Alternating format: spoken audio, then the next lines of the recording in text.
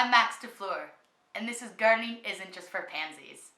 Today, we're going to be talking about succulents. Sarah from Ottawa wrote in and asked, "Hey, Max, what kind of soil does an aloe vera or succulent have to be planted in?"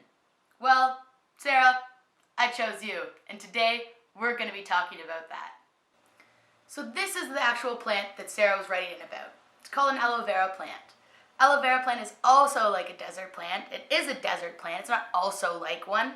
It doesn't need a lot of water to survive. It needs a lot of direct, hot sunlight, just like the succulent or cacti or any kind of other desert plant that survives out there.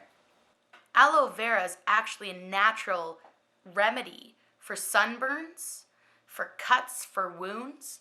The best thing about this is that once you have a plant that's big enough and really juicy, kind of thick, just like the succulents, you can kind of see the similarity between this juicy succulent here, the leaf, and this kind of a leaf here from this succulent.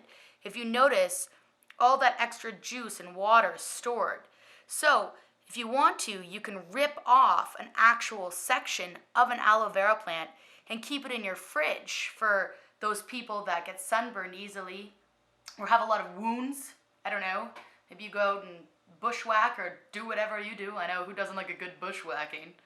But anyways, if you keep it in your fridge, it actually cools the temperature. It doesn't harm the plant itself. Not the rooted plant, but when you break off a chunk of it, when you rub it on your skin, it's going to be cooler. So it actually feels a lot more remedy when you have a sunburn, for example, that's like excruciatingly painful. It really helps out and it heals a lot faster because it's so hydrating, because inside of it is all the cells and all that extra water that's being stored. So if you ever have a sunburn, try to get a little chunk of aloe vera. The great thing about this plant is that you barely have to water it. I'm talking twice a month, people. I'm talking once a month. It truly depends on the size of the plant and the size of the pot. So aloe vera, succulents, cacti, which can be real pricks, by the way, they all have to be planted in sandy soil. So you can either get your name brand soils, which will be found all around here, or you can make your own, kind of like a cocktail or like a salad. All you have to do is mix 1 part of regular potting soil with 1 part of sand. That will allow for the water to go through the soil faster, causing the soil to drain faster. This is important because if your cactus, succulent, or aloe vera is in too long of water, or if there's stagnant water, or if there's water in the soil for too long, or if it's in a swamp, it's gonna die.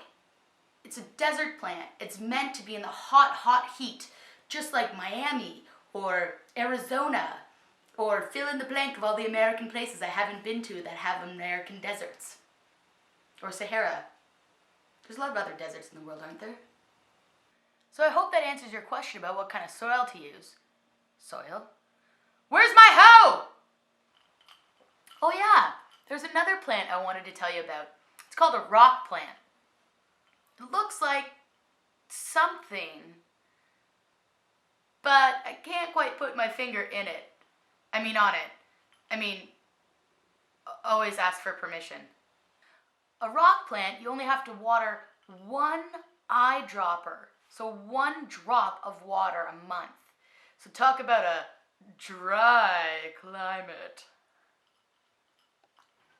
And then I want a picture of the butt. Or like a hot butt.